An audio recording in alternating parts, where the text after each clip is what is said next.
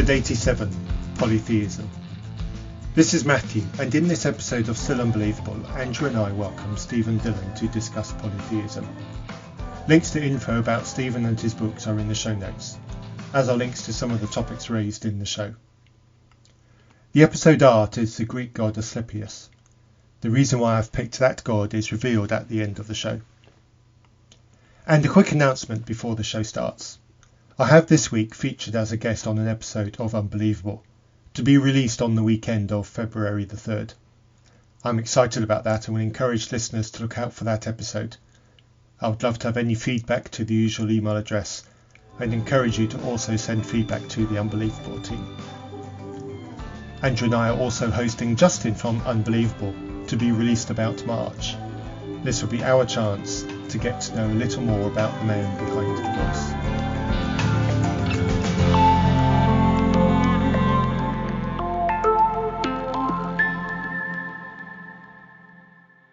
Hello everybody and welcome to another episode of Still Unbelievable. This is your regular host Matthew, with Andrew here at the chair virtually by me. He's obviously thousands of miles away over in the East Coast, but virtually by me. And we have with us a guest, and I'm genuinely looking forward to this because this is a little bit of a break from the usual subject matter of Still Unbelievable. And I see it as an educational opportunity because this is something I know precious little about. And so I'm looking forward to learning about this. Most of our conversations are to do with Christianity, exiting Christianity and life after Christianity and that kind of thing. But this is something very, very different. So here we're going to be talking about polytheism, the concept of many gods, what that means, how that might affect our lives, and what the philosophical arguments might be for that as a preference to the monotheistic God that we all know and no longer love. So welcome, Steven Dillion. Welcome to Still Unbelievable. I'm genuinely looking forward to these conversations. As a part of an opener, tell us a little bit about yourself. We know you've written a book. Andrew's read it. So plug your book and tell us how you got here. Thank you for having me. Polytheism is very much a neglected topic, I feel, in the philosophy of religion and culture at large. You know, a lot of people give you that incredulous stare, like, do you really believe there are many gods, that kind of thing. So I'm looking forward to opening that discussion, and so people can work together, and instead of dismissing polytheism, to consider it. And then if it turns out that they're not convinced of it, then they have good reasons for that, instead of more of like a cultural thing. But I am a polytheist philosopher and writer. I've been writing for over 10 years now and thinking about this. My latest book is Polytheism, a Platonic Approach. Came out in August. I've got some journal entries as well, and a book from 2015, which I disagree with several things that I wrote at that time, but I feel like I'm glad I wrote it nonetheless. But this represents my most mature view after 10 years of really trying to get to the bottom of this. Thank you. And just for clarity, and because this is a question that came up with me straight away when I was thinking about this concept, so I'm pretty sure many of our listeners will have it. When I think of polytheism, I automatically go back to the ancient Greeks and Romans and all the gods that they worshipped, and the gods that all our planets and their many moons are named after, and the very complex lives and stories that they wove around those gods. And some of those gods are really quite objectionable creations. How does what you're proposing differ to what my imagination of polytheism is? So I would distinguish between three senses of polytheism. The first is the basic propositional sense, and that's just the proposition that there are many gods, and it kind of leaves it undefined what a god is or who those gods are. It's more or less just a sentence that you can either find persuasive or unpersuasive, believable, unbelievable. And then we have an understanding of polytheism based on the myths. So this is like a mythological approach to the gods. If you want to know what they are, if you want to know who they are, your primary source would be the myths, such as the Greek, the Roman, the Hindu, there's so many. Mm-hmm. And then the third approach that I would distinguish is the experiential approach, which is where you're not thinking so much in terms of a proposition and you're not trying to derive information through myths. You are more or less culling that information from experiences, alleged experiences, religious experiences. I kind of work between all of those approaches. And my idea is simply that there are many gods, and how they have manifested in history and continue to do so is a multifaceted phenomenon. I think there is a cultural understanding of the gods, especially in the West, of super beings, more or less. They're not what you would typically think of in the West as divine. Like you said, they have sort of morally objectionable qualities due to like the myths, for example, the stories. What I try to do is show that from a more philosophical approach, there's some kind of need to posit these beings. And when you get to the bottom of what that entails, what that involves, it allows you to look at things such as myths and experience in more allegorical terms. So I understand that your show covers a lot of Christianity and Judaic, I would say, myth. I know like a lot of Christians would find that objectionable, but I don't mean that in a bad way. I mean that, for example, when it says in Genesis that Yahweh regretted making mankind, there's a lot of Christians who would be uncomfortable taking that literally. So there's a place, I would say, for sacred myth or sacred text to interpret the depictions of gods in allegorical terms instead of just taking everything literally on the surface. And I would say that hermeneutic is available to polytheists no less than it is to, let's say, the Christian or the Muslim or what have you. So, for example, when it says like in a Greco-Roman myth that a certain deity engaged in morally objectionable behavior, I would simply say, like, I don't take that literally. I don't think that's, I mean, it's the literary genre is myth, so I would say I just interpret it ethically. Yeah. Right. Okay, I understand. Thank you. Andrew, you've read Stephen's book. Was it the latest book that you've read? Just to make sure that I've gotten the right book here, Stephen, I finished Pagan Portals. Is that your most recent? Yep, that's the most recent one. Okay, good. What I appreciated about Pagan Portals, and a thing that I think would help stage this conversation, is that out of each chapter, and there are only a few chapters in this book, it's very readable, 4 or 5 chapters, right? You start each chapter with a syllogism intended to walk the reader through your line of reasoning about how to get, in the first chapter, just from monotheism to polytheism, right? I thought that was a really useful approach. And I thought maybe what we could do in order to sort of step our conversation along and give us something to hang our hat on is to work through each of those syllogisms as we have time, right? So we may not get through the first one, right? We may get stuck at the first premise.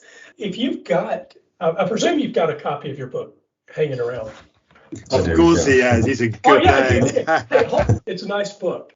Lately, I have been reading a lot of fiction in a genre called lit RPG, so role-playing games. A few days ago, I downloaded, I don't remember what the books are, what the book was, but I was looking for your book, and Pagan Portals sounds very much like a title in the lit RPG genre. And I was like, wait a minute. Where did Stephen's book go? And I'm looking at my bookshelf and I'm crossing your book over and over, and I'm like, wait a minute, how have I lost it? And then of course I just looked for your name, and your book came back up in my library.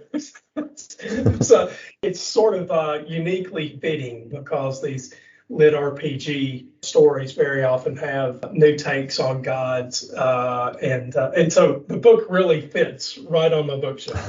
It's cool. Except that you don't encounter a lot of syllogisms in lit RPG. So if you don't mind, I guess first, let me start with what brought you to polytheism. Did you grow up as a monotheist or in a skeptic's household? What's your backstory? Oh boy, so I was raised as a traditional Roman Catholic, and I attended seminary. I was going to be a priest, actually. And while I was at seminary, I kind of had a crisis of faith where I was very engaged in apologetics and history, and it wasn't a very self-aware apologetic that I had. I thought all you needed to do was be apprised of the facts, and then you would just see that Catholicism was true. I didn't think, it mattered where you came from or what you used to believe. I thought it was like obvious. And the more I grew up, so to speak, the more I was exposed to skeptical biblical scholarship, as well as other views in apologetics, the less confident I became in my own position that Catholicism was just obvious. And so I'm in seminary, I'm having this crisis of faith where I'm thinking like, there is reasonable disbelief, there's reasonable disagreement on these issues. And while that might not impact other Catholics, it very much impacted me. And it made me start to question, like, why did I believe these things? I was raised to think this, obviously. And I thought that I had developed some kind of, powerful assembly of reasons. So I left seminary and I took a real hard look at my own beliefs, my assumptions, as best I could. And it actually led me into a sort of atheism, where I went from Catholicism to Christianity to theism, and then I found myself like, I don't actually have any reasons to think any of this stuff. For years, I was just on this soul search, trying to figure out what was true, what seemed true. I didn't really care like what was passed on, what was inherited. I wanted to just know, and so I got very much into the philosophy of religion, and I just devoured the material from the atheist philosophers like Graham Oppy, J.L. Mackie, Sobel. And in that course of considering theism versus atheism, it hit me that I hadn't given polytheism a chance. And I thought, okay, surely somebody's written about this. So I tore through the literature, the contemporary philosophy journals. I tore through, the university presses. I tore through everything I could, and I couldn't find anything. There was no book, there was no journal article arguing for this that I could find. And that really interested me. I was like, why is polytheism being dismissed rather than being defeated, so to speak? Why aren't people engaging with this in a way that we can walk away and say, we've given this idea its best shot and it didn't work? So I thought maybe there's space to do that work. And so that was my first book in 2015. And like I said, I've come so far since then, but that represented at that time my best effort to try to engage the idea seriously with the tools that I had at the time. And so long story short, the more I engaged with polytheism, the more I came to believe that there wasn't really a good reason to deny it. And in the course of doing that, I became convinced that there were good reasons for being a polytheist. And it started off intellectually, I would say, where I was like, this proposition actually it's starting to seem true to me, that there are gods. And then I had more an experiential basis where I began to encounter these gods, so to speak. That really pushed me to where I am now. So I've been a polytheist for about 10 years now. That's interesting, and we're going to get to the book and the experience, but I can't help but ask this one more question. It was one that occurred to me this morning as I was just sort of spot reading Pagan Portals again, and that was the comparison of polytheism to monotheism. So if I were sitting in a room with a bunch of Christians, I'm an out atheist, have been for a while now. One of the things that might happen in my part of the world, because I live in the southeast United States, quite a it's part of the Bible Belt, it's very conservative, and in order to sort of be accepted in Christian circles, there'd be something I'd have to do, right? I'd have to like denounce my atheism in a lot of cases, because the Christians around here, they're just not going to be comfortable around an atheist, whether they know any atheists or not, right? There's going to be a lack of comfort around just having me around. So it made me wonder, as a polytheist, what does that do for you socially? Do you find that it is as all-consuming in your relationships as Christianity is? Does polytheism allow you a more open way to experience, can you be friends with Christians and atheists and Hindus and et cetera? I'm just curious, what is the social difference between a polytheist and a Christian? That is a really interesting question. It'll be the last one I ask. I believe that at the heart of monotheism, there is a sort of hegemony where part of being a monotheist is believing that non-monotheists are wrong in some respect. That's just part of what it is. There's only one God. If you believe in another God, you're wrong. If you don't believe in any God, you're wrong. It's a sort of monopolization of that space. And I feel like the way that manifests on different levels, psychologically, culturally, is a sort of dominance. And it manifests through peer pressure, social awkwardness, these kinds of things. So I 100% can relate to feeling that pressure in everyday circumstances. It's awkward to disagree with the majority, you might say, especially because it's been so grandfathered in various areas of the United States, especially the Southeast, that Bible Belt. It's very much grandfathered in. I can definitely relate to that presence. I would say as a polytheist, the very idea of it is much more open-minded. So like with Christians, for example, I can agree with them that their God exists, and I can affirm their religious experiences as well. Where I would disagree would be like with their theological claims about their experiences. Same with Muslims, same with really any world religion. I can agree. I have no principled disagreement with their commitments to their deity.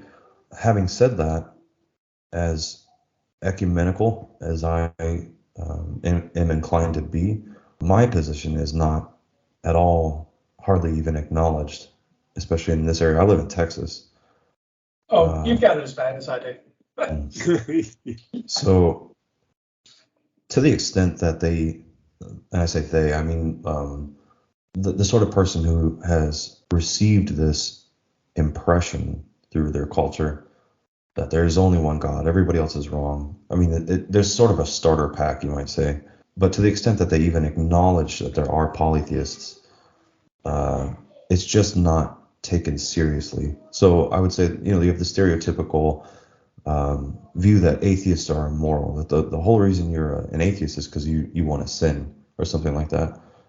Yep, I feel like hear it all the time. Yeah. And honestly, just on a side note on that, I used to say I sinned more when I was a Christian. I mean, that's just the way it was. But you're welcome back on Still Unbelievable anytime with that statement. These are the kinds of things that we have said to our listeners for a long time. I am a better person now as an atheist than I was as a Christian. Yeah. But it's hard for Christians to hear that. So thank you for that sort of affirmation. Oh, yeah, absolutely. I feel like life is a journey for each of us. And I think we are all capable of completely reversing our deepest commitments. And we all woke up on this rock together, and we're just trying to figure it out. And I think the idea that being born in a certain place, time, culture makes you better in any way, I can't wrap my head around that. But yeah, as far as polytheism goes, I don't talk about it to my coworkers, to my friends. It's just, I very much am under that pressure, that social pressure. I've got a quick question to ask on that, but before I get to the question, very quick info break. There will be links to Stephen's books in the show notes, so check down in the show notes for links to Stephen's books. Also, and I'll try to remember to put that in the show notes, friend of the show, David Johnson, he's put out a finale to his Red Letters season. That's available on his Skeptics and Seekers feed. This is a free episode that you can listen to. You don't need to pay for that, so pop down and see that. So, Stephen, that was really interesting what you said, and it's very intriguing. Thank you. I'll echo Andrew's thanks for that validation as well in that comment you made. So, in terms of your interaction then, in terms of feeling polytheism, I feel that pressure to be quiet. And here in the UK, it's nowhere near as bad as you guys have it. But as a quick side note for the way I used to think as a fundamentalist Christian. If I'd encountered someone like yourself, my immediate accusation would have been, you're haunted by demons. You've got an infestation of demons in you. That is the only possible way that kind of thinking can be explained. Have you encountered that kind of rigid thinking? I do encounter it regularly. I would say more so on the internet side of things. I don't have a religious group in real life or Right. very philosophically minded people that I hang out with. So most of my thinking and discussions is online. But when I do have those, I very often encounter this idea that the pagan gods are demons. And that, I mean, you can find that in St. Augustine. It's a very old Christian belief. And again, it comes back to that domination, that inherent hegemony to monotheism, that whatever else you believe in, it's obviously not God. Yeah. So, you have the view that they're demons. You have the view that they're just made up. You have the view that even that they're gods, but with a little case G, not an uppercase G. Right. So whatever it takes essentially to preserve their god's supremacy, so to speak. Okay. And another thing that occurred to me when you were talking, and I'm going to assume that you're aware of this, is right at the very beginning of Genesis, where it's talking about the Christian God. There is that plural pronoun that's used there very briefly, and then the rest of Genesis is all singular. And I know that people have focused in on that and have said that the roots of Christianity are actually polytheist, and then at some point that got broken down into a single God. Are you familiar with that argumentation? And I just wondered if you had a thought on it. Yes, I did go through a phase where it was important to me to see the biblical roots of monotheism, because there's a historical narrative that you'll hear that religion starts out as polytheism and then it evolves, it progresses towards monotheism. So that polytheism is more of a primitive mindset, and the more sophisticated you get over the years, you get monotheism. And so I wanted to go back into the biblical text and see what kind of reason there was for that. And there is actually a lot of scholarship out there on the historical roots of monotheism and polytheism. And these scholars have created these really interesting terms that, for me, as a more philosophically minded thinker on this, I don't find them very useful, but I can understand why they talk in these terms. But for example, I don't know if you've ever seen biblical scholars, especially Old Testament scholars, speak of henotheism or henotheism. It's this view that there are many gods, but you only worship one. Okay. Which to me, that's just polytheism, because you're acknowledging that there are many gods. Like, there's nothing monotheistic about only worshiping one god. As long as you acknowledge that there are others, that to me, that just is polytheism. But anyway, in that context, a lot of biblical scholars recognize that Judaism started out henotheistic, so to speak. Right. Their relationship with surrounding cultures and religions was to acknowledge their gods, and then this view sort of came about where Yahweh was there, that they were Yahweh's, they belonged to him, sort of. And then from there it became, these other gods don't even exist, so to speak. Right. Okay. That's really interesting you say that, because I'm almost having an epiphany about my past Christianity now. So Christianity obviously has this concept of Satan, the devil, and then of course both God and Satan have their own minions, call them angels and demons, or whatever language you want to use. So presumably Satan and all those angels and demons or whatever, they count as additional gods, but we only worship the one true God. So we could lump Christianity into what you've just been talking about. Yeah, it's really interesting to hear the characterization, the more typical characterization of polytheism is this belief that there are many lowercase gods, because that seems to be what Christianity believes. If you're going to indulge the concept of a lowercase god, or what I mean is, if you're going to define polytheism in terms of lowercase gods occupying reality, then it seems to me that Christianity is polytheistic.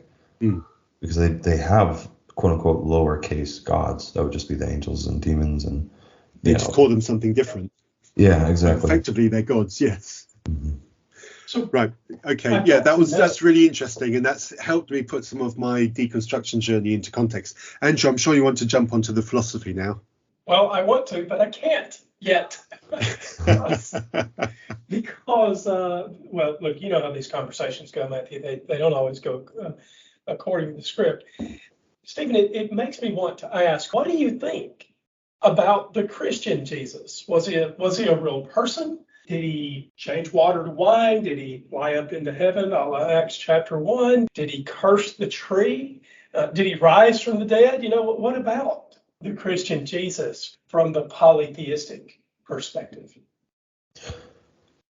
So I went through a phase on this subject as well, where I had a lot of baggage from my years as a Christian that I needed to work out. And one of them happened to be the figure of Jesus. Who was this guy? Let's say that I'm right. Let's say that there are many gods. Okay, how do we fit this huge historical phenomenon into this broader, picture of reality? You have this worldwide religion based on this figure of Jesus. Like, how did this come about in a polytheistic world? I delved as far as I could with that, and I came away disinterested. Honestly, I realized that it doesn't matter to me. It doesn't make a difference to me who he was or what he accomplished. And so I take a humble approach to scholarly questions on the historical Jesus and the resurrection. I feel like there has been such an obsession over validating these far removed events that I feel like these blinders have been put on the participants of that larger discussion, because the whole goal is to simply verify or disconfirm this particular claim. And it's the whole discussion for all these years has been operating within these certain assumptions. And I feel like that discussion has probably gone as far as it can. So for me, I thought, okay, if Jesus was resurrected, then great. If he didn't, okay, it doesn't actually impact my views as a polytheist, because to my mind, I came to this view of gods as uppercase, that each of them is uppercase in their own way. And so if it did turn out that there was Yahweh and Yahweh did resurrect Jesus, that would just be an example of one of the uppercase gods that are out there. But as far as my views on Jesus, I'm fairly agnostic on it. I find myself, the older I get, to be more skeptical of the Gospels. At one point, I was sure, that they were written by eyewitnesses, and we're looking at firsthand information here. And where I'm at now, it just doesn't matter to me so much. But I'm more agnostic as far as the truth of those claims. Fair enough. So, Matthew, I know that we have spent the first 40 minutes here. No, that's fine. Let's carry on, because I want to jump in on this, because I find myself sitting here being utterly envious of what Stephen has just said, because for me to ditch that baggage that you quite rightly called it would be utterly glorious. This whole question of who was Jesus? What did Jesus do? Did he really resurrect? That whole question on the resurrection is massive in atheist Christian dialogue, if you can call it dialogue, because sometimes it's not dialogue. And it is a big rock in the center of that, and it causes everybody pain. And people like myself who've been out for a decade, it still causes pain. As of recording, I am embroiled in a Twitter conversation about the historicity of that very event. And this whole concept, I don't really want to get in there because this is not the subject for this discussion, but the whole question of mythicism and the physicality of the character Jesus, that is a big thing. And I've stepped away from that conversation because it's gone into areas that I'm just not prepared to talk about, but I am trying to back channel a guest to talk about that very subject. So we can't step away from it. People like myself and Andrew, we cannot avoid that conversation. So thank you for acknowledging it, but boy, am I so jealous of you, because I really wish I could say I don't care because I'm not allowed to not care because of the space that I'm in and the conversations that I have, and I'm battered with it constantly. You mind if I just comment on that? Yes, sure, please do. Okay. First, I just wanted to say I don't mean to belittle that engagement at all, because I've been there and I appreciate how important it is to so many people on different sides of the aisle. And I'll say, like, I hope you come to some kind of peace on that subject. One thing I feel like polytheism could bring to this broader area of philosophical, religious dialogue, apologetic argumentation, debate, whatever it happens to be at the time. I know you mentioned Twitter. Twitter is kind of a dark place these days. It is, isn't it? But I feel like one thing polytheism could bring is another alternative, because the status quo is if Jesus was resurrected, then Christianity is true. If he didn't, then Christianity is false. And it's this make or break subject. If what did Paul say? If Christ is not risen, then all is in vain, or something to that effect. Yeah. It's been a while, but that's how I remember it. So it's not too bad. I'll take it.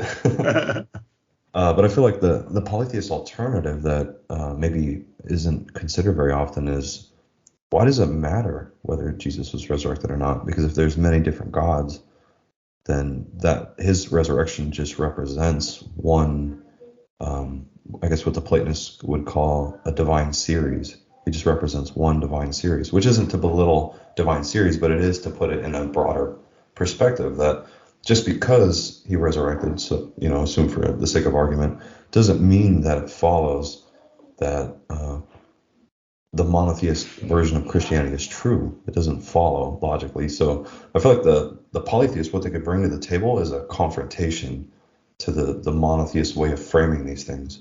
I feel like atheism is very much a reaction to theism, mm-hmm. how it's presented, how it's lived, and stuff like that. And I feel like atheism has had to engage with, especially in the West, these forms of Christianity that make certain subjects make or break, and these certain conceptions of God, perfect being, theism, Anselm's ontological argument, that kind of stuff. Atheism has had to react to that whole way of thinking of things, and polytheism is over here with a whole other way of looking at things. And I feel like at some point, hopefully in my lifetime, if polytheism makes it to the table of discussion, I feel like it's really gonna, how do I say it, jar people, because I feel like it questions these fundamental assumptions, like whether the resurrection even matters, and I look forward to that day, honestly. Yeah, I kind of see what you're saying. Now, on the one side, yes, may the peace of many gods be with us all. And I want to grab that phrase and I want to hug it tight. I want to embrace it. But at the same time, I'm still busting for that fight. There's a lot of, I was going to say joy, and joy is absolutely the wrong word, but there's a lot of meaning in fighting that atheist versus theist versus Christian battle. There's a lot of meaning in there, because my monotheism brought me so much and cost me so much that I can't walk away. I have to fight back. I have to leave it bleeding, because if I don't leave it bleeding, I can't be satisfied. So at one sense, there I am, and I can't stop the fight because it means so much to me. But I'm also looking over you in the corner with the peace of many gods, thinking, golly, I want that. So I'm in a quandary. I'm going to have to think this through. Andrew, take it away. Stephen, I guess for me, I am an agnostic atheist. And so how I approach atheism is not to say with some level of certainty that no God exists, rather to say that at the moment, I'm unconvinced by any God claim. That doesn't just include Jehovah and Yahweh and Allah and etc. It includes any supernatural claim for the moment. And by the way, listeners, on that healing that we have talked about for many weeks now, no change. I am still who I am. There's no difference. So Stephen, my atheism is not a declaration that there is no God. It is a declaration that any kind of God would have to be demonstrated to me in the normal course of events in the way that someone would attempt to convince me of anything. And my willingness to be convinced or lack thereof is not a want for some outcome, right? I don't have an emotional attachment to the notion that there is a God or that there's not a God. I have an intellectual attachment to wanting to be convinced one way or the other in the same way that you would convince me about hydrogen cars or, about dark matter being the answer to missing mass in the universe, right? There's an intellectual commitment to the notion of truth. And that's why I thought that the way you structured the chapters in Pagan Portals was interesting, because we seem to share that sort of academic or intellectual commitment to getting to the bottom of things. Absolutely. Something I really appreciated about what you just said is your refocusing of all these issues from what is out there, so to speak, to what seems to be true. Because I feel like that gets missed a lot, especially in fundamentalist circles. They don't want to acknowledge that there is a human element to all of this. They don't want to acknowledge that at the end of the day, what they're talking about is what seems true to them. Because when they acknowledge that, it makes them feel uncomfortable, like, oh, they're fallible. This is their belief. They want it to just be fact. Everything is objective. And at the end of the day, I feel like what this should be for each of us, no matter where you end up, is a heartfelt journey where you focus on what seems true to you. And if nothing seems true to you, then nothing seems true to you. And if something does, then it seems true. I feel that distinction was a huge turning point for me personally between appearance and belief. And I first read it in one of my favorite philosophers. I think he's an atheist. His name is Michael Huemer. He introduced this distinction to me between a mental state called appearance and then the mental state called belief. And he's like, if you look in a pool and you push a 2x4 under the surface of the water, it appears to be bent, but you don't believe it's bent. It's straight. This is just an illusion because of the way that the light is being refracted. And so he said there's these two different mental states. One is appearance and then one is belief. His way of describing that was so illuminating to me that it just really changed my whole view on things, that each of us has appearances, what seems true. And if something seems true, then you believe it is.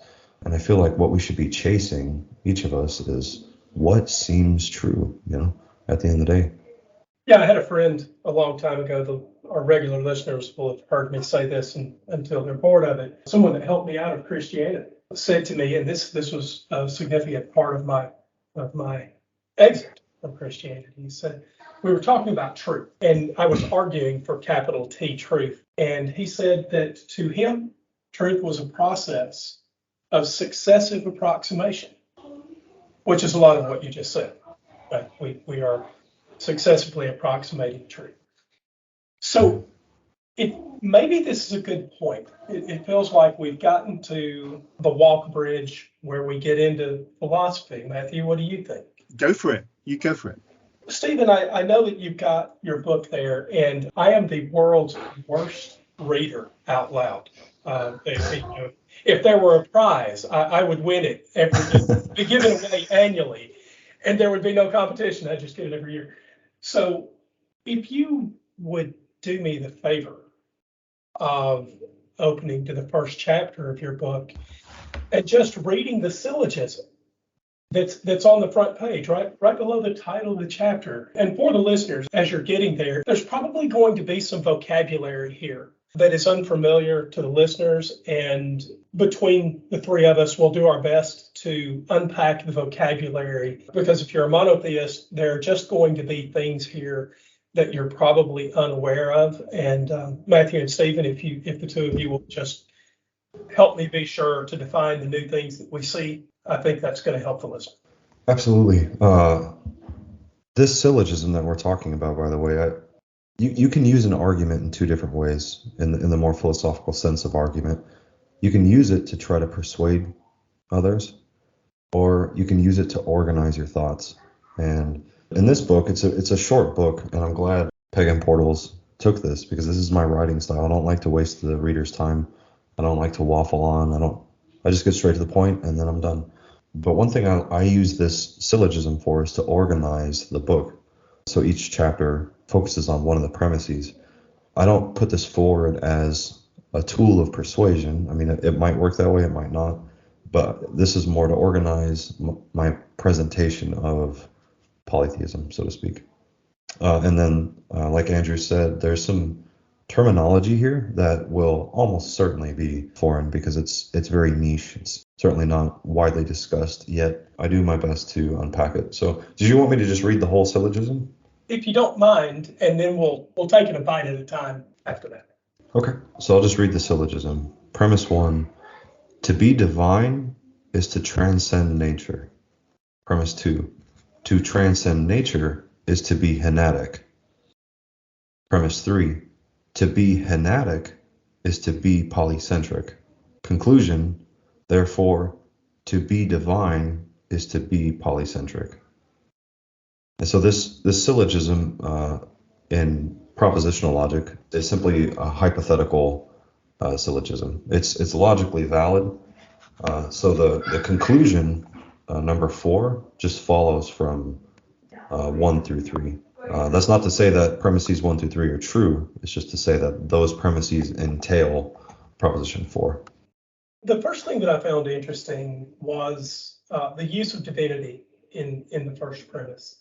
It's one of these words that I think we all feel like we share an understanding of, and it's not clear to me that we do share a definition. And so one of the dangers is for us to all think that we understand each other when we say the word divine and to not actually have any understanding of the word between the three of us. So, Stephen, what do you mean when you say divine?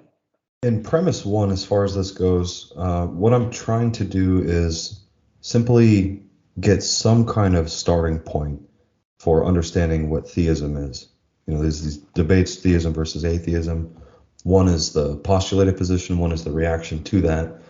And I just wanted to get some kind of starting position. I like to just take this pre-philosophical notion, because we have this word in our language, we use it correctly and incorrectly based on its grammar and its contribution to sentences and so forth. There's some kind of underlying understanding, and I'm not convinced that everybody would articulate that pre-philosophical view if they were pressed in the same way. I feel like if you press people, I could go over to my neighbor's house and be like, do you know what the word divine means? If I pressed them and then I go somewhere else and I ask them, I feel like people would end up giving different notions. But at the end of the day, I feel like the convergence would be on this sort of transcendent entity, so to speak. I feel like on the one hand, to be a god, you have to be like a being almost, more of an agent than a structure, so to speak. And then I feel like there has to be some kind of transcendence, because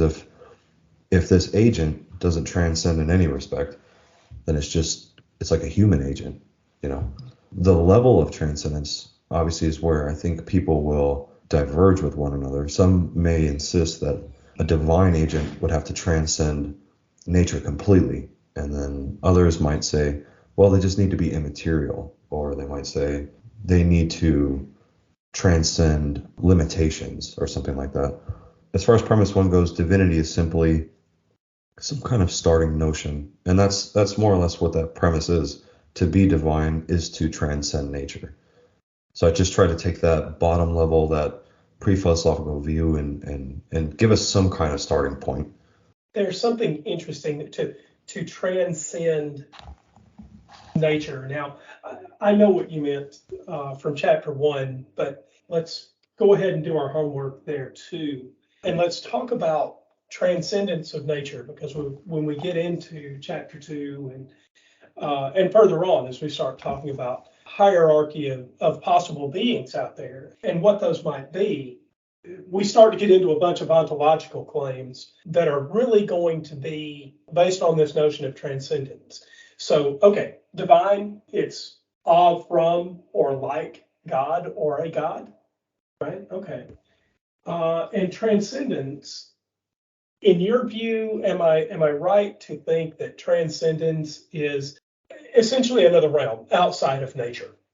I would say that language of being outside of nature is metaphorical, because I feel like nature involves notions like space. So I don't think there's literally an outside of nature, but I would say that transcendence for me is a good way to talk about logically preceding things. So I feel like you might say that compositionally our bodies were made up of different sorts of things.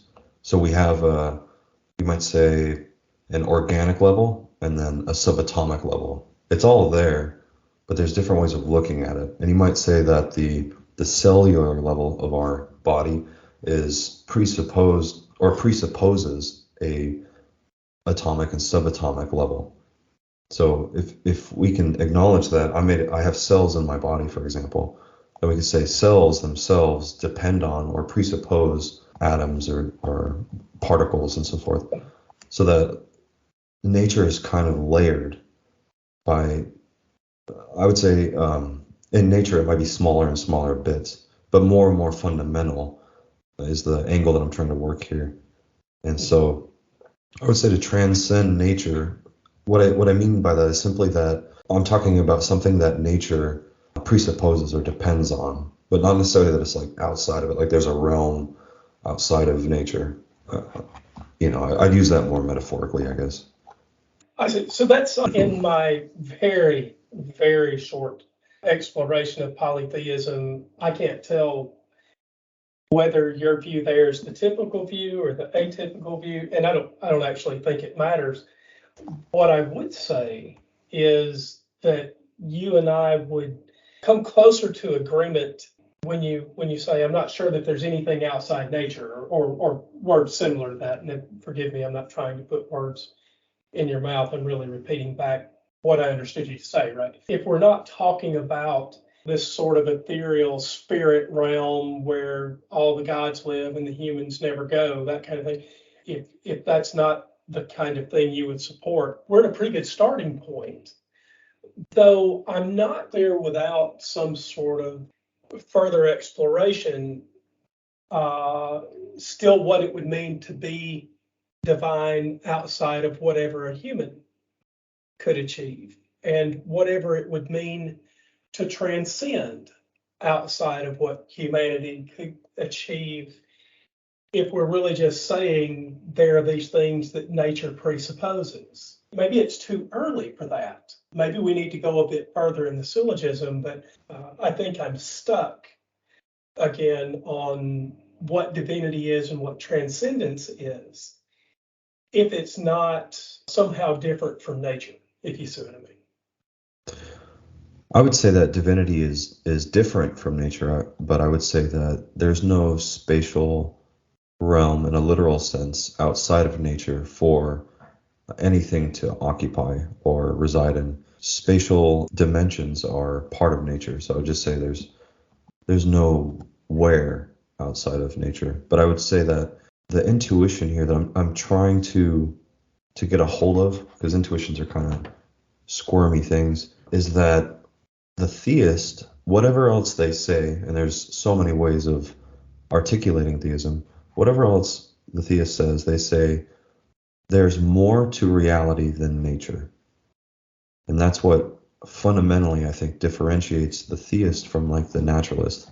Because the naturalist wants to say something like, nature is all that exists, or everything that is causal is natural, something like that. And the theist has some kind of disagreement with them, and they're going to say there's more to reality than nature, the material realm, for example. Yeah, I agree. That's how I understand the problem of dualism of any kind. There's something outside of nature, and then immediately you've run right into the interaction problem.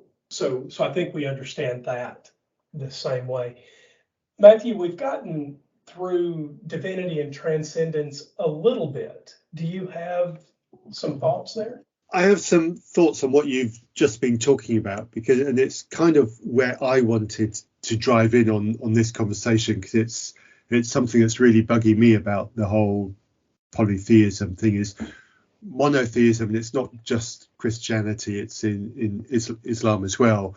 The mono God is responsible for the creation of reality as we experience it. And if you get into dualism, it's responsible for the maintenance of our minds. And in some rare cases, that mono God also interacts with our reality at a certain level, whether it's healing or whether it's a punishment or some kind of other interaction. Where does polytheism fit into that paradigm? Is there a creator God? Is there a healing God? Is there an interactive God? Or am I coming to the conversation completely wrong, tainted with my monotheistic background? I would go back to a distinction I made earlier in the conversation between mythological depictions of deities and experiential and philosophical. Okay. And I would say if you sort of paint your image of a deity, whichever one, based on mythic information, you'll have creator deities, you'll have the destroyers, you'll have gods being born, gods dying, that sort of stuff. And even experientially, I think you could theoretically, I think anyway, experience a god as an active agent in nature, someone who's doing something, creating. But I would say philosophically, especially with regard to this book, I feel like one way that polytheism differs from monotheism is that the gods are so big, they don't create. And so I would draw a distinction between two different views of what we might call the first principle. And this is what I was trying to get at with transcending nature. To be the first principle is to be the foundation for everything that exists, the thing that all things depend on. That's what I would mean by the first principle. And I feel like monotheism has for so long put forward this idea that the first principle, whatever else you might say, it is active, it is causal, it is agentic. And so they talk about God creating the universe due to free will, some kind of decision that God makes, which opens its own can of worms. And I know you guys have discussed the Kalam cosmological argument. And that I feel is very typical of monotheism, to talk about this entity who's responsible for everything else, who has done something. But I would say from a polytheist perspective, at least philosophically, the first principle is not causal, but constitutive. And what I mean by that is, I wouldn't say that the gods are agents in and of themselves. They're not beings sort of cruising around the universe, doing different things, leaving cosmic footprints for us to track and stuff like that. I feel like they're bigger than that. And that's the view that I postulate in this book, is that to be a god, what it is to be a god is to sort of function like a form of being. So you might think of matter as coming in different forms. Matter comes in solid, it comes in liquid, it comes in gaseous, subatomic, organic, whatever. It comes in different forms of being. And the way I see gods in and of themselves is that they are sort of the form of individuality for each thing, the form that everything takes part in order to have its own identity as itself. Because we're all numerically differentiated things. I'm one thing, you're one thing. My energy drink, that's one thing. We're all one thing. And what all of nature has in common, no matter what type of thing it is, but whether it's a tree, whether it's a cat, whether it's a person, whether it's a planet, a star, whether it's a fundamental particle, no matter what it is, what everything has in common is that it's one thing. It's its own unique individual in an ontological sense. Not that it's, that it's has a personality that is different from everything else. I mean that it occupies its own unique place in reality. Each of us is like that. Something defines us, makes us to be what we are. And I'm really waffling here, but what I mean is, from a polytheist perspective, what everything has in common is this identity, self, this individuality, and that's what each god is. They function more like a form of being that things partake of in order to be who and what they are. And that whole model, that constitutive model of the first principle, contrasts with the monotheist view, where a god is more of an agent, a player on a stage who is responsible for different things. So you'll find this difference between polytheist and monotheist authors. The monotheist authors very frequently talk about creation. They talk about creatio ex nihilo, and there's this whole problem of evil that emerges for them of how could God allow this? How could God permit this? What morally sufficient reason is there? Whereas on the polytheist model, there's no creation because there's no actor, so to speak. It's just an emanation. It's just a constitution. You might think of all things as like a giant sphere, just to picture something. And the deeper you go in a sphere, there's different layers of reality. And at the outermost edges, the thing that contains everything and gives it its intelligibility, its shape, that's the God. I'm sorry, I'm really waffling on here. I wonder if we could agree in principle on something like this. A thing that cannot itself be demonstrated to exist cannot itself be a cause. I'm intrigued by where you're going, but I like it. Well, so here's what I mean. If there is some prime mover, and by the way, Stephen, you and I agree in principle that as we deconstruct the universe, as we work toward the smaller and smaller elements of the universe, so we got down to atoms, and then we got to the nucleus of atoms, and now we're down to quarks and pentaquarks and that kind of thing, right? What we are doing is finding things that are successively more simple, right? And it is these very simple building blocks that in combination produce the extraordinary range of things that we experience. And so I still wonder if we can agree in principle that at the outer shell, whatever, so we can use the sphere. I like that perfectly fine. So, we're somewhere in the warm, gooey center of this sphere, right? And we're working our way out successively in layers. It very much seems to me that one of the things that we're saying is, okay, fine, I have certain gross anatomical traits, and most people would say it's not only gross, but it's gross. Okay, fine. Okay. Sorry, I'll quit that. Then we get down to organs and organelles and cells and subcomponents inside the cell, like mitochondria, right? And then, at some point we get down to atoms, and then to protons, electrons, neutrons, and then to quarks and pentaquarks, and maybe even the Higgs boson or whatever.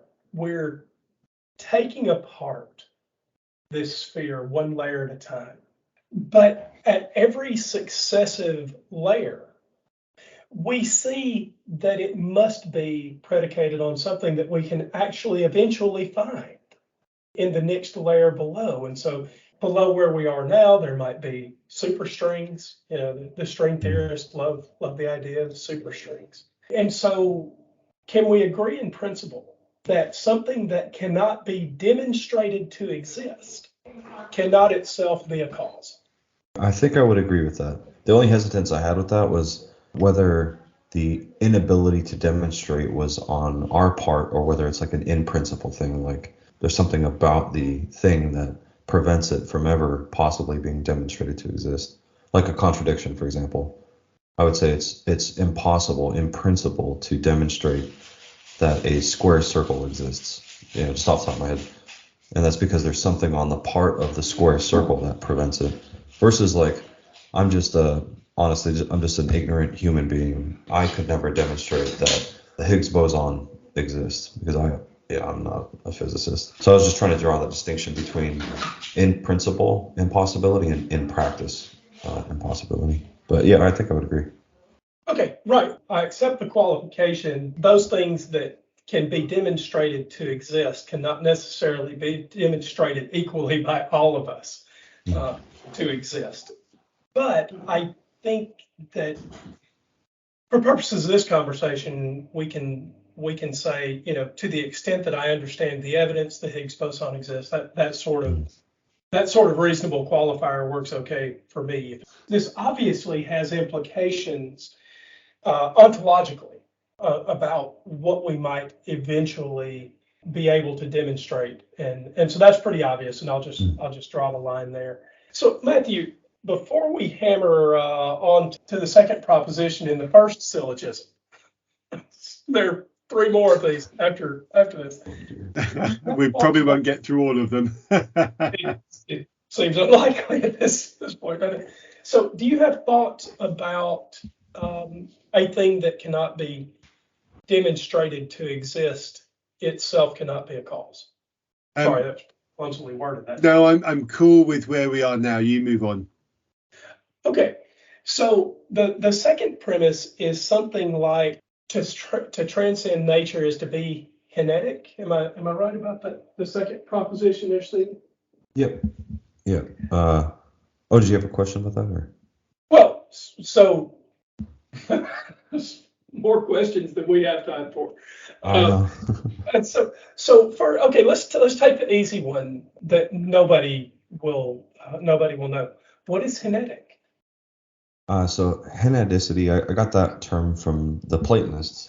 I probably should have explained that, but this book is a presentation of theism from a Platonic perspective. So the school of thought that came from Plato, the philosopher, developed for a number of centuries before the academies were shut down when Christianity took over. Henadacity comes from Greek, the henos.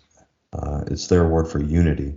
And that is the Platonic first principle. So at that time, there were different philosophical schools, and they all had different ideas on what was the most fundamental thing. For some, it was intellect. For some, it was matter. For some, it was soul.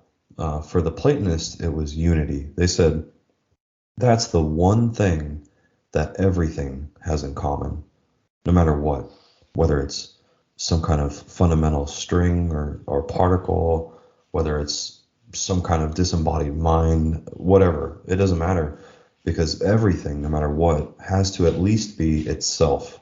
I don't know if you guys have engaged much with Thomists. They're more of a traditional Catholic philosophical group, but they postulate that the fundamental principle is being. They talk about being itself. But the Platonists would say even that has an identity as what it is rather than something else. So that sort of fundamental identity, that integrity of being oneself, that henos, that unity, that is what is the most fundamental layer of reality. And so that's where Henadacity comes from, is that to be divine is to transcend nature. To transcend nature is to be Henadic. And the idea there is that I try to flesh this out. I'm like, okay, so theists say something transcends nature. Well, what is nature? And the way I fleshed that out was, however else we might describe nature, I would say it's minimally it's sensible and it's intelligible. And that's a big distinction for the Platonists as well. Sensible reality is the most obvious type, you might say, because that's the one we are bombarded with every day through our senses. We see things, we smell things, we feel things. That capacity of objects to be sensed, to have those dimensions, those properties that allow them to be sensed, that's one, we might say, compartment of nature. Part of nature is the sensible realm. But there's more to nature than that, obviously, because we do more than sense things. We also understand things. Like, that's one of the most fundamental assumptions of science, is that we can actually understand what's going on around us. We can postulate hypotheses. We can test those hypotheses, come to some kind of reasonable belief and form expectations and make predictions. And so nature is sensible, but also intelligible, can be understood. And so that's the notion of nature that I work with in the book. And so I'm like, okay, if something transcends nature, then it has to transcend sensibility and intelligibility, because that's, to my mind, that's what nature is. But to transcend intelligibility means to be beyond comprehension, almost incomprehensible. And that's the term that I use as ineffable. It's indescribable. If you're not intelligible as anything, then you're not any type of thing. There's nothing in you for my mind to categorize. You defy categorization. So that's the first step I make in the argument. So that if you transcend nature, you transcend intelligibility, and that's just to be indescribable. And then that's where I feel like the argument really picks up for the Platonist, is what is it to be indescribable? Like, how can we even talk about that?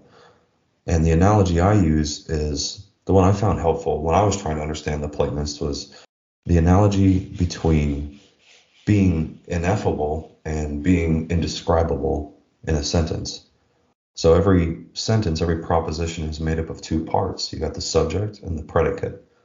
And if you bracket the predicate and just consider the subject all by itself, the subject qua subject, they might say, it would literally be indescribable because there's no predicate being considered. It's just the subject. And that's the analogy to me that makes sense of this notion of ineffability, of being indescribable. What we're talking about in a negative way is individuality.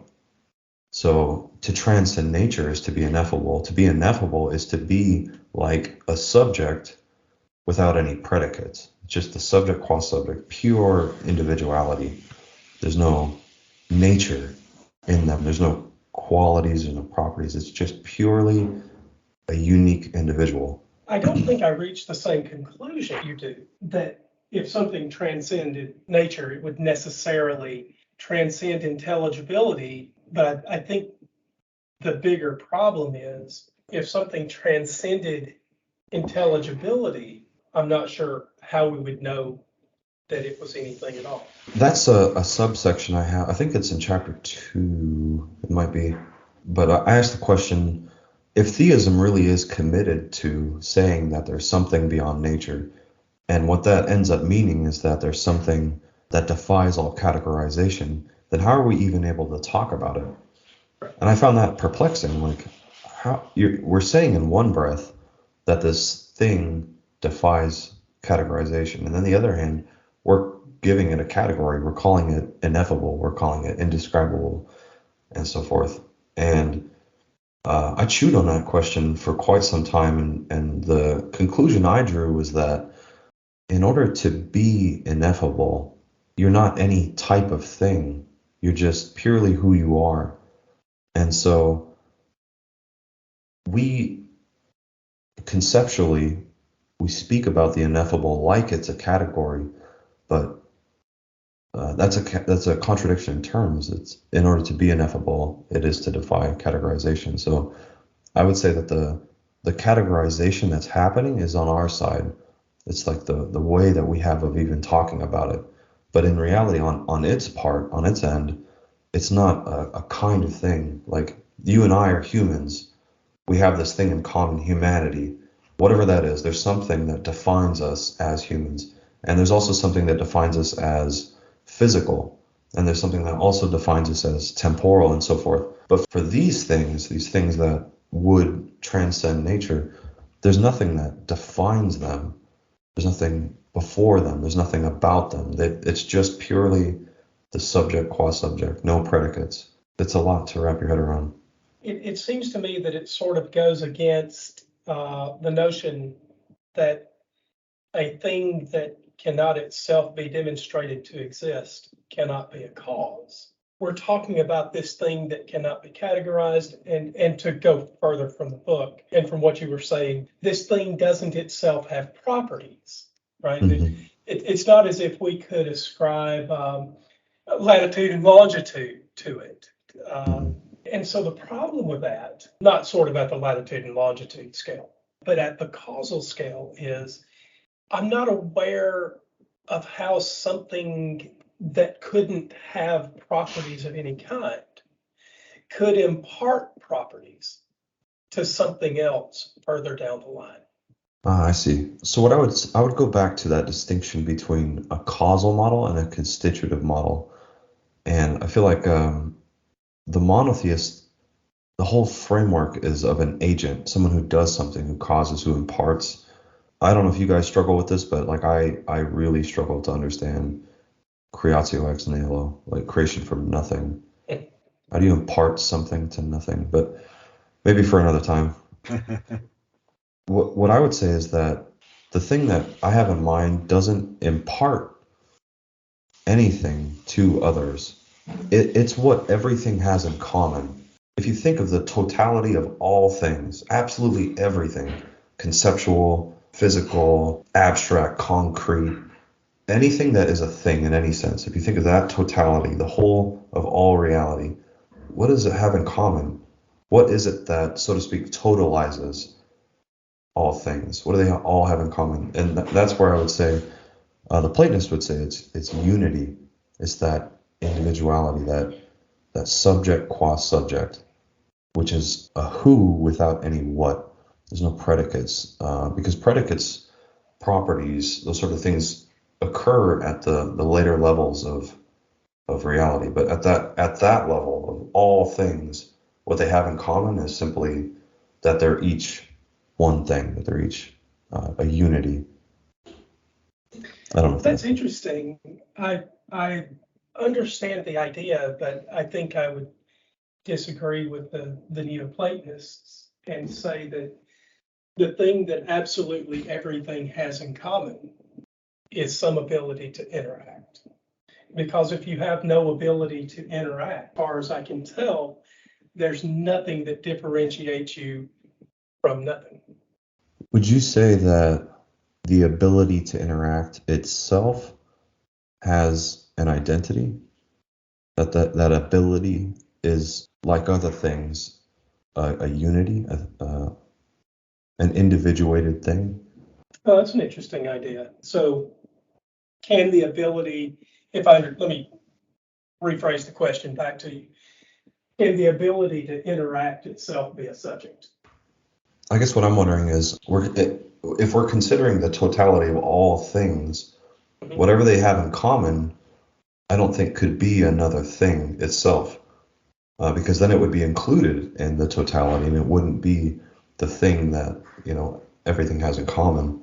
That's interesting. So we may just be at bare metal here, because how would you know that something could be a subject without itself having the ability to interact so that you could see it to be subject worthy?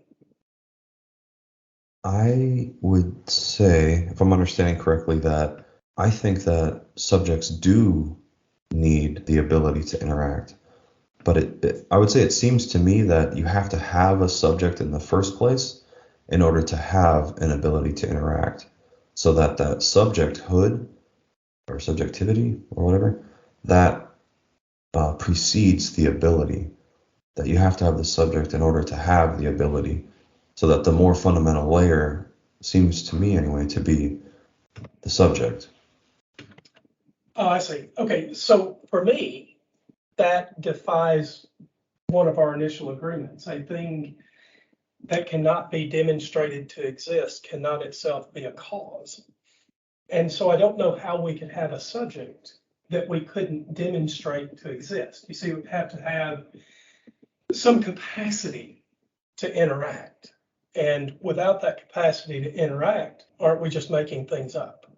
Oh, I see what you're saying. No, I don't mean to divorce subjecthood from an ability to interact. I just mean to distinguish between those, that being a subject and having the ability to interact are at least conceptually different. In that when we consider the subject, we're just considering who this thing is or what it is. And then we can consider that same thing in another respect as something able to interact with others. So that I would say I'm not positing like a subject in the absence of an ability to interact, but I would say that you have to have a subject in the first place in order to have an ability, basically. So being precedes activity, I guess I would say, I think. Yeah, and I think, okay, so we have hit bare metal. I don't think it's not necessarily a problem to continue, but I think I definitely see it the other way around, that we don't know that there are subjects that we don't first observe with the capacity to interact. So I might posit that all grooves are mawks, and Joe is a mawk, therefore he's a groove, right? But it's just word salad. And deliberately chosen to be word salad, right? It's just an idea that I sort of made up on the spot, and without finding Joe and figuring out what the properties are that Joe displays, I don't actually know that Joe exists. He's just this mawk that might or might not be a group. And he might or might not be a mawk, and there might or might not be a Joe, because there's been no observation of a Joe. I think I very much agree with you in those areas of nature where I feel like that non-controversy applies, where you would expect to observe properties and kind of infer an agent behind those or a subject behind those. I guess where I disagree is I feel like when we get to the totality of all things, when we're not just talking about biological things or more generally physical things or that sort of, but when we talk about all things, no matter what, I feel like the logic of that requires that we not posit another thing. It'd be like saying all physical things are caused by a physical thing. And that's like a circular causal explanation. So if we say all things are caused by a thing, then we're sort of positing something outside of all things, which is like an inherent contradiction. So it seems to me like the logistics of that concept of that massive all-encompassing totality, seems to me it requires certain parameters. And that's where I want to stay in those parameters. So I would say that whatever it is that all things have in common, it cannot itself be another thing, because otherwise it's outside of that totality, which to my mind seems contradictory. I get the apparent circular problem, but it seems to me to be no less problematic and no less contradictory to say that we have a cause that we can't identify. I would say, insofar as whatever this is, insofar as the thing that all things have in common, insofar as there is something which all things have in common, we observe it in everything, literally everything, because it's what all things have in common. So the Platonists posit unity. They say that what everything has in common is unity, this henos, this individuality, this they call it the oneness. There's so many different ways to describe it. But what I would say is whatever it is that all things have in common, we can't help but observe it, because all things have it in common. It's what makes them to be things in any sense. Okay, so here's some of the problems that I see. We don't observe atoms, on a regular basis. We can observe atoms, but you and I are not here sharing this call observing atoms. We're certainly not observing the electrons that are allowing us to chat. I don't want to create the wrong scale problem here, but there are things that we don't observe directly, that it takes special equipment to observe. But in that observation, we may have already found what all things have in common, and that is the subatomic, right? And so then you say, well, there's got to be something else beyond the subatomic that everything has in common. And then I would just say again, okay, but that which cannot be demonstrated to exist cannot itself be a cause. And so until we know, excitation of fields is a common subject when we get down to the subatomic, down to the quantum. But then you say, okay, but Andrew, surely there's got to be something upon which all of these fields are predicated. And I just, I go back to that which cannot be demonstrated to exist. And so I'm not sure that we don't already know what everything has in common is the short version of this. And if you say that there must be, then we must have some way to get to it. It seems to me that I'm trying to word this in a way that does justice to what's in my head, and sometimes I struggle with that. But I feel like, or what seems to me to be true, is that in order to be what all things have in common, you can't be another thing. So, for example, you said, like, what if the subatomic particle is what all things have in common? I would say, what does the subatomic particle have in common with all things? So I don't feel like that is the totality of all things. That might be like a huge totality that includes all observable things, for example, or all physical things, or all natural things, or whatever that totality is. Everything that has subatomic particles in common, that's a huge totality. But what about the subatomic particle itself? I feel like the Platonists would push further and say, it seems like the subatomic particle has something in common with everything else, so that there's a broader totality to talk about. And you might say that's existence, or they would say it's like identity. Each thing has its own unique identity. So I would just, to me, I would want to push further until my mind was like satisfied that I can't go any further. With that I've arrived at last at the totality of all things instead of a smaller totality. Yeah, I think that's fair. I think that's part of modern science, right? We're pushing further every day. I think for me the caution is to not push where we're not led. Matthew, you have been quiet for an extraordinarily long time. Well, you know how it is when you get onto your philosophical road trip. All I can do is just sit back and enjoy the ride. It's it's probably the best thing I can do, because I'll end up stepping in and messing it up. Do you have any thoughts about how to separate the subject from the action, and which came first, the chicken or the egg? Because I think that's it's a question where we are. It's a question that I constantly want to ask as well. But if I can be allowed to move on, I have a question I'd like to ask.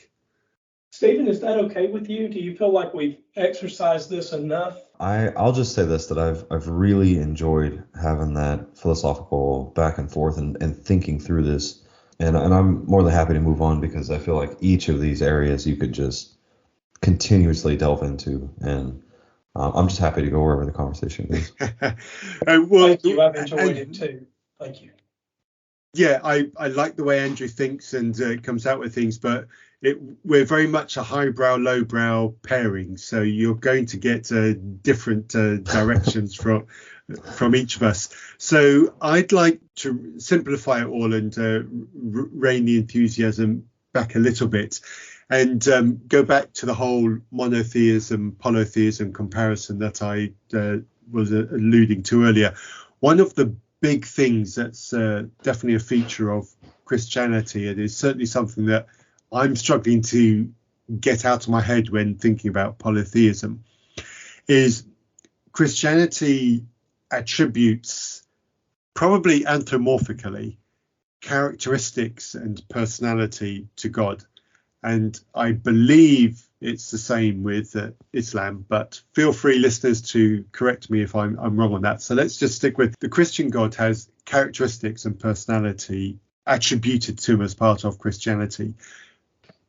Does that also work with polytheism? Because from the way that I've heard you conversing with Andrew, it feels like that's a no, that these God entities don't have the same kind of recognizable anthropomorphic characteristics that we would recognize from Christianity. Is that true, or is there kind of different personality? Because as soon as you get to multiple gods with different personalities, we're straight back to my very early question right at the beginning of the Greek gods and the Roman gods, where each of their gods were very, very different, and they had a habit of fighting with each other, or mating with each other, or both, but not at the same time, or yes at the same time, and that kind of thing. So where does polytheism fit within that category? Yeah, let me just tie those loose threads together, because I feel like this all makes sense if I could just get this out. I distinguished earlier between how a god might be experienced, how they might be depicted in myth, and how they might be understood philosophically, which is where I've been coming at this from. And I want to emphasize that, at least from my perspective, you could know of a deity only through experience or only through myth and have no idea whatsoever of what they're like philosophically. What role do they play in the world, like metaphysically? Are they causes? Are they, you know what I mean? And so what I've been giving is a very abstract sort of description of these gods that can definitely, I believe, make them seem impersonal and more like superstructures in the universe than personal agents. But what I want to say is that at the heart of Platonic polytheism, of polytheism, is that a god is just a pure individual. It's a pure who that doesn't belong to the categories of being, that they're not, in and of themselves, they're not physical. In and of themselves, they're not any particular category. They defy categories because they're just purely who they are.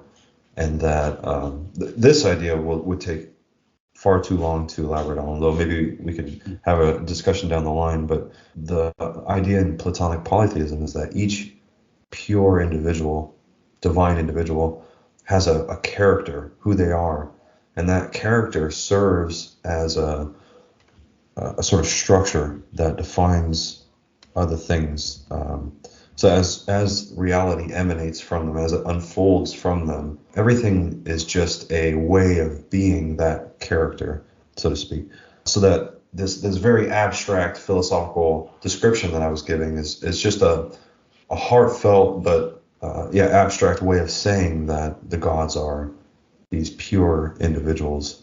And that has implications for how to interpret text as well. So the Platonists developed a system for interpreting myths that did justice to their view of gods as pure individuals beyond nature, as they would say. And let me just give one example to kind of put some flesh on that. In Greek myth, it's said, I believe in the Iliad, that Zeus hated Ares more than any other god. And the Platonic commentators said that the way they interpret this was Zeus's unique character, who he is in and of himself, manifests throughout nature as stability. So however things are stable, that's their way of participating in Zeus. And they would say that Ares, the god of war, his character manifests throughout nature on every different level as division. So insofar as anything is divided or is dividing, that's its way of participating in Ares. And so when that myth says that Zeus hates Ares more than any other, what it's saying is that as these gods unfold throughout nature, as different things partake of these gods, you have these incompatible goods that run into each other. And stability is opposed in principle to division. And so Zeus and Ares are opposed, not in some kind of petty, quarrelsome sense, but that the way that their divine character unfolds, they're just incompatible. In the way that you might say, what's good for the predator is not good for the prey. Mm-hmm. You know? Yeah. Yeah, I understand. Thank you. Andrew, was there anything you wanted to pick up on that? Because we are almost at the 2-hour mark, and we are happily to the third proposition of the first syllogism. I think that I'm just going to move to the third proposition because I think we're going to land right back here in just a second. I think we're going to be back here. So the third proposition is to be Henadic is to be polycentric. Do I remember that correctly? Do I remember the syllogism in the proper order? Yep. Premise 3. Just double checking my memory. It doesn't work as well as it used to. Oh, I feel that. Yeah, Can you just spell that word for me? I'm trying to bring up a definition of it so I can put it in my link notes. Henadic, that one? Henadic? Henadic. Adic. I don't think you need me to spell polycentric. So no. Henadic. Okay, it's the old English versus American accents. I was hearing a T, not a D. Ah. I probably am saying it that way. I should let Stephen. I said you should read. You should talk as well. Out loud, I can't even pronounce out loud. All right, thank you, guys. To be Henadic is to be polycentric. So this sort of oneness that the Platonists and Neoplatonists accepted, this sort of unity of all things, I get where premise 3 comes from, because if all of this multiplicity of things we have in the world has anything in common, that unity is itself polycentricity. Do I understand that premise properly, Stephen? Yes, I would say that's an implication of the premise. There's two different kinds of unities or pluralities that I can think of anyway. And did you want me to kind of get into all that? Because I know that's a term that is almost unnecessarily niche. Yes. Okay, so as we talked about, Henadacity is just a matter of being a pure individual. It means that you don't partake of anything more general than yourself. You don't have a human nature, for example, or a physical composition. You don't have these more general features. It's just you, this pure, ineffable individual.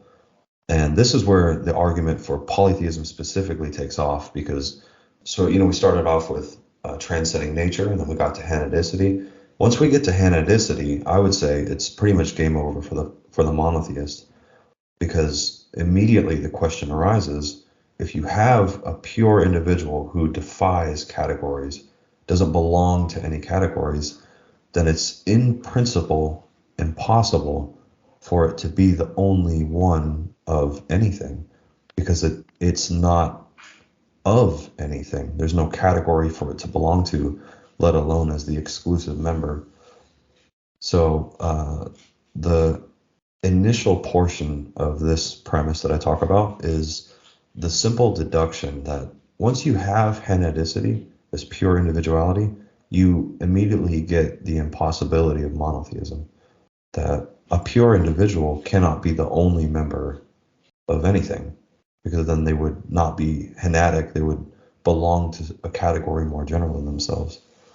And then the latter portion of this premise, the discussion, is trying to understand how could you have a plurality of divine individuals, of pure individuals? Like, how is this plurality structured?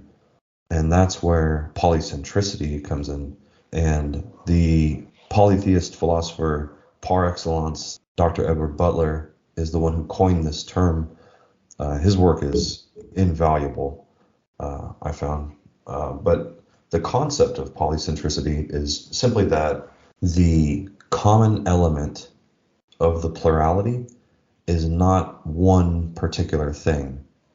So you might think that the plurality of all humans, the thing that unifies them as a plurality, as a group, is humanity. That's what they have in common.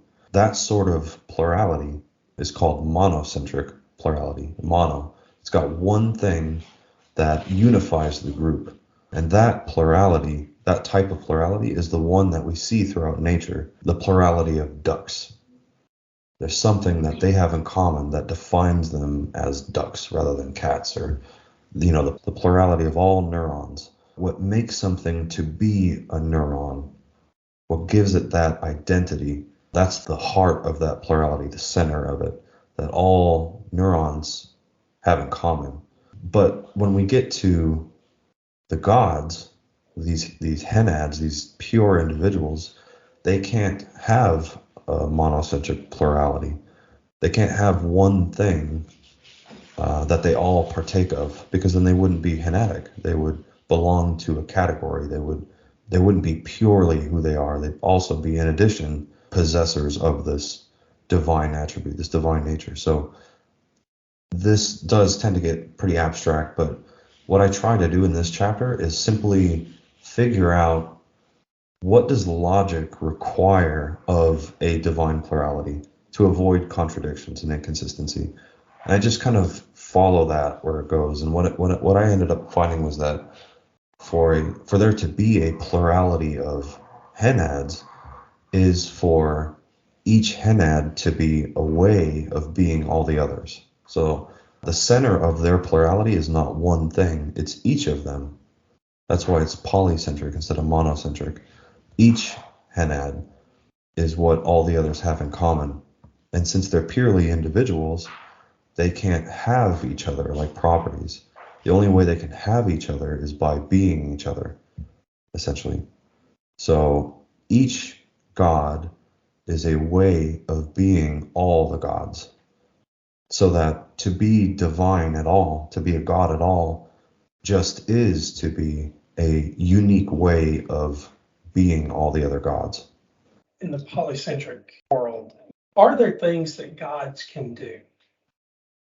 Like, can there be a Zeus that casts bolts of lightning? I'm not suggesting that there was actually a Zeus in history, but in principle, can there be a god from the polycentric view that can carry out some act, diverting a natural disaster, raising someone from the dead, that kind of thing? This is a really interesting question. The intuitive answer that I feel like a lot of polytheists are probably expecting me to say is simply an unqualified yes. But the reason why I hesitate is because I feel like if I were to say that there could be a Zeus, that it might come across as if there could be a god on this view that is just an actor. And the thing about polycentric polytheism is this emphasis that however a god appears in a certain realm of nature, there's always more to that god, that they're not just a creature, so to speak, like a superhuman running around throwing lightning bolts. They are this pure individual that all things partake of in a certain way. So I would say that gods can appear on any level through natural phenomena such as lightning, for example. I would say that lightning is a way of participating in a certain god, just as you are, just as I am, just as the ocean is. And that might sound abstract. I can unpack that a little more if you like. Before you do, I think the thing that's on my mind, just to play my cards face up, is if there can be a god that can raise. I don't like lightning bolts in this example because I'm not trying to trivialize the idea, and I'm going to change the example. So if there is a god that can cause the lame to walk or cause the blind to see, it seems to me that in principle, that God, at least at that moment in time, must have attributes. That God must have the ability somehow to alter the course of nature. You know, if it's a miracle, right, to do it instantaneously, and to put some energy into a system where otherwise the energy doesn't exist. So what might that be? Regrowing limbs, right? So someone has two missing legs, and a guy gets involved and says, for whatever reason, I'm going to restore your limbs, right? Well, at least for that moment in time, that God has a number of attributes, and that bothers me. Yes, so that's something I was trying to anticipate.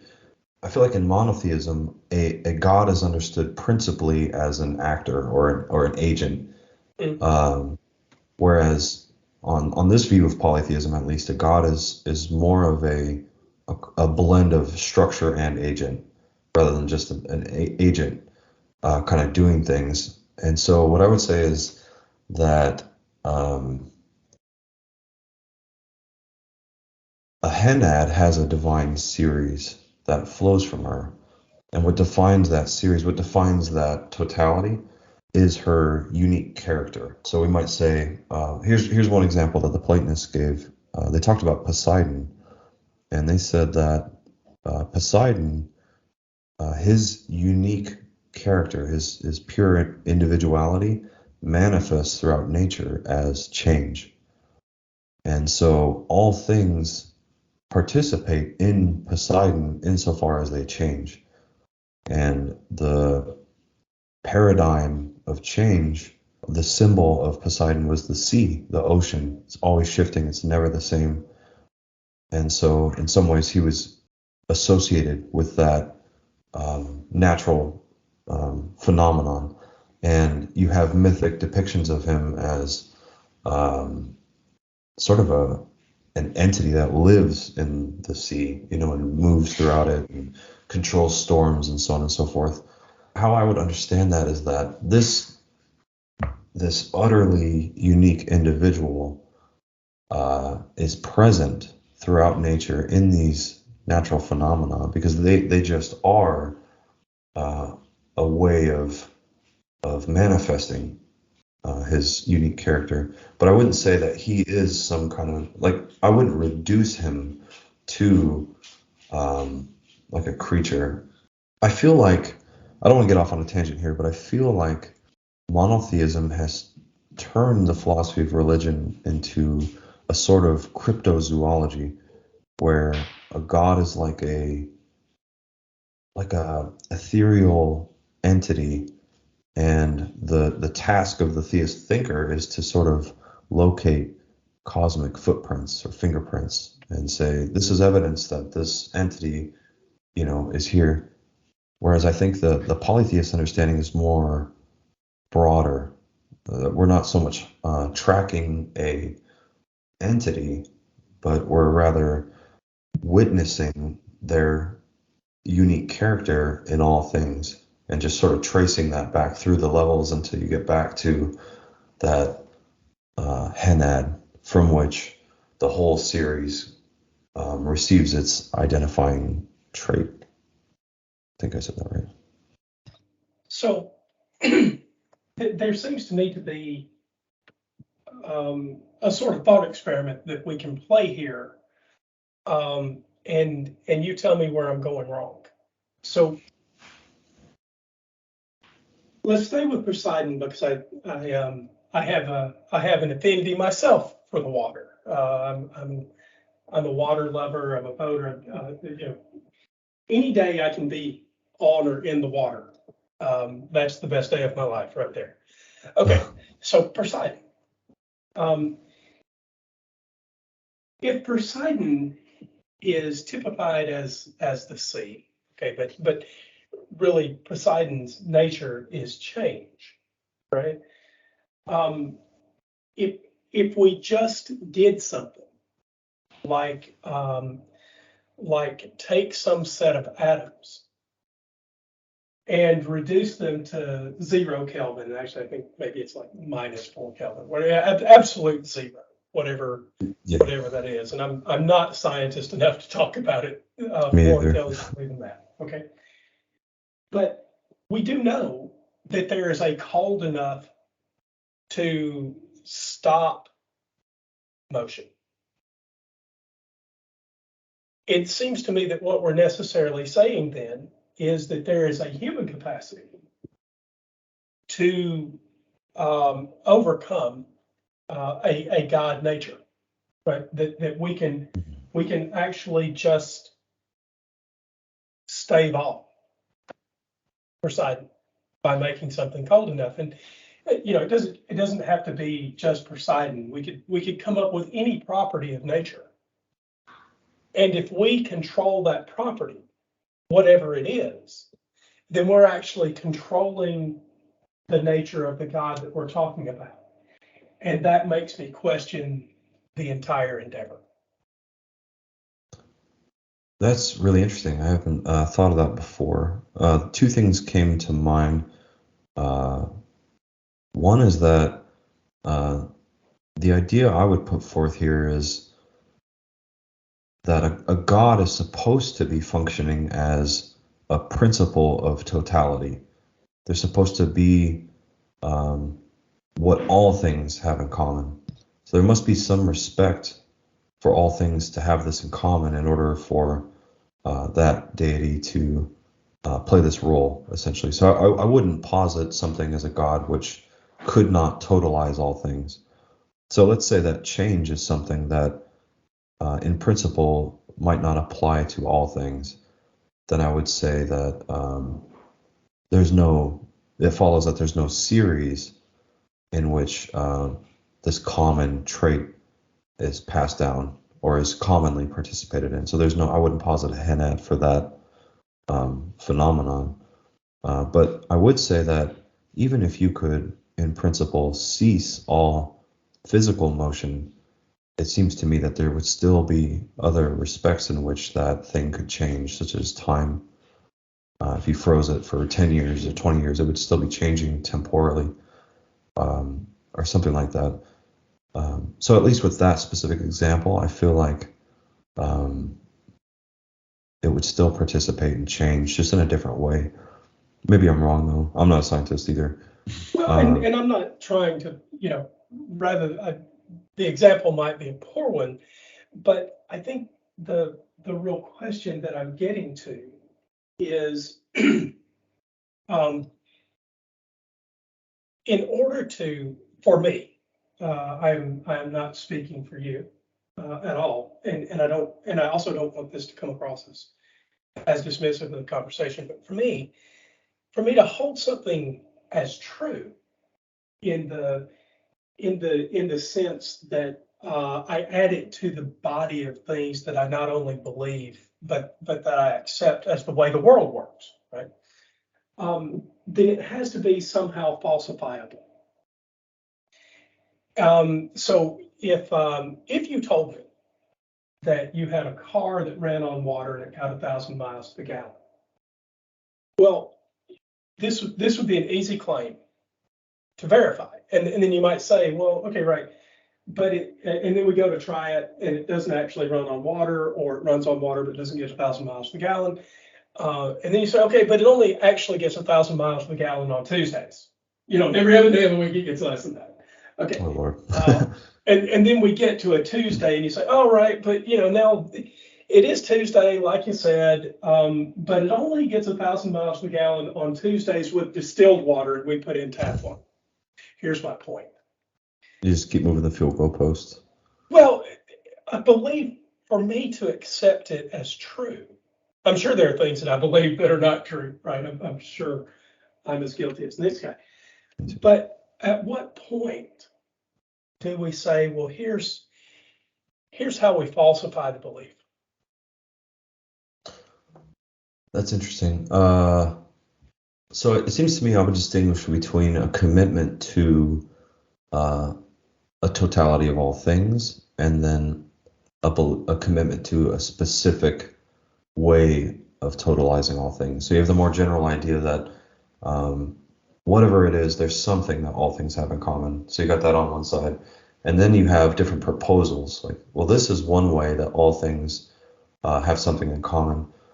And for the former belief, for the first one, I would say the way that you could falsify that idea is by reducing its contrary to a contradiction, which is just a method in logic, like a reductio ad absurdum.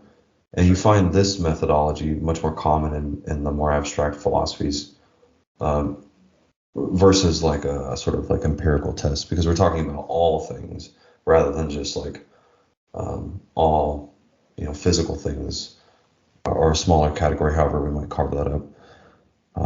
But I would say that the first commitment I would verify by reducing its contrary to absurdity, by saying, like, if there is nothing that totalizes all things, then there's no things. There's nothing that makes something to be a thing. If there is a defining feature that makes something to be a thing, then all things have it in common. And if there isn't, that's the alternative that I would be arguing against. I would say, then there's nothing. There's literally nothing. There's no thing, which to my mind is absurd on like a scale like we can't even comprehend. So that's the first one, though. But I think you're more talking about a more specific proposal, like this is a way, or this is something that all things have in common, such as change, for example. And yeah, I guess I haven't thought about that proposal in this way before. Like, how would you verify that this is a way that all things are? This is something that all things have in common. But maybe I would try the same approach and say, is it absurd for things not to have this or to be in this respect? I'd have to think about that more. That's a good question. It seems to me, so now I'm going to argue a little bit of polycentricity myself, I guess. This is just part of the thought experiment, right? So it may be that there is no one thing that everything has in common. There may be some group of things from which things selectively have some element from the set in common. And so I don't necessarily think the reductio works quite properly in this case, because I don't think it's contradictory to say whatever thing A has in common with thing B may not be the thing that thing B has in common with thing C. Right? And so I'm not sure that the reductio works for me in that case, though I think I need to spend a bit more time thinking that one through. Matthew, you've gone quiet again. That's because you're going off on your thing again, so that's fine. I'll listen. Hey, look, you told me to read the book, and I've read the book. And we are solidly, well, I think Stephen would agree. Stephen, it seems to me that we're solidly inside the book, at least to the extent of the implications of even this first syllogism. Do you feel the same, or are we way outside? No, I feel like focusing on the totality of all things, I think, is a really good way of approaching the book. Even though, the first few chapters don't really talk about it like that, but I feel like that is a good angle to come at this from and to really try to think through this. And, it is abstract. And so it's hard to sustain that kind of critical thought for long and to, I don't know about you, but I got to go on walks or have a smoke break or something, Oh, absolutely. So I'm a runner, and, this will be on my mind for weeks now. It won't get away. But I am in a place, gentlemen, where I don't have much time left. And Stephen, I wonder if you'd be willing to come back. We've only scratched the surface here. And I have to say, this has been one of the most enjoyable chats I've had on Still Unbelievable in a long time. So whatever happens, thank you for that. And I hope that Matthew would at least found it tolerable. Of course, it was very, I knew that however this was going to go. So this sounds like you've stepped us into the wind-up, Andrew. Was there something more you wanted to cover before we started on the wind-up? I don't have much of a choice. Okay. Stephen, I am sorry. I would love to do this for another 3 or 4 hours. But I have a 3-year-old. And no worries. I have twins coming next month, so I'll be there. Do you really? Oh, congratulations. Thank you. Boys, girls, or one of each? 2 girls. 2 girls.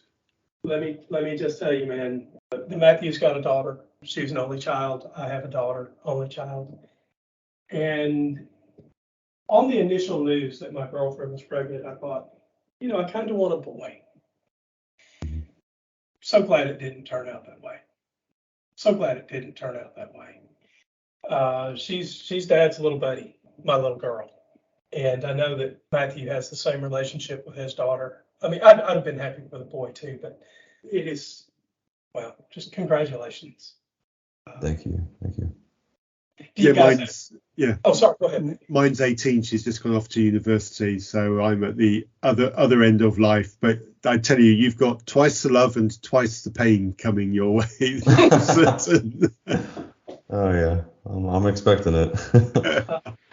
Really, congratulations. I'm not as young as that 3-year-old makes it sound. I'm 54, so I got started a bit late on the whole being a dad thing. I have a date with my little girl. I promised her that she could go back to the park this afternoon, and I just try never to break my word to her. Absolutely. Okay. That's really cool. Okay, so let's wind up. So there's nothing else you want to ask, Andrew. Was there any other points, Stephen, that you wanted to make sure that you get out to us before we get into the wind up? Nope. Okay. I've really enjoyed you waxing on there, Andrew. I do like it when you chat like that, because I do know that it's your bread and butter to talk philosophically and to chew those things over. You have far more patience for that kind of discussion than I do. I like to get to the nitty gritty and stay there. So thank you for that. I genuinely enjoyed listening to that. I hope our listeners have had the same. It's something that I definitely need to think about. I'm a hard convincer. I'll be honest about that. But you've been a genuinely decent guest, Stephen, and I'll repeat what Andrew said. You will be welcome back again if we can come up with something about that. Listeners, if this has been your bag, if you've enjoyed this conversation, if there's a question that you'd really like me to pass on to Stephen, reasonpress@gmail.com. It's the same email address as is always. Send it on to me, comments, thoughts, questions, and I will forward anything that's relevant on to Stephen. And if appropriate, we'll get back on and we'll have another discussion. It's definitely been fascinating. I feel like I've learned something, but I'm sure there's a lot more I can learn about it. And just as a final wind up, I gave you a heads up, Stephen, about final questions that we like to ask our guests. So my final question to you, is there a favourite God? Who is your favourite God and why? First of all, let me just say thank you so much for having me on. This has been very enjoyable for me, and I would love to come back on. As far as my favorite God, I would have to say that Asklepios has been such a big role in my life. He's played such a big role in my life since I've become a polytheist. He's the Greek deity of healing, as he's known through the myths.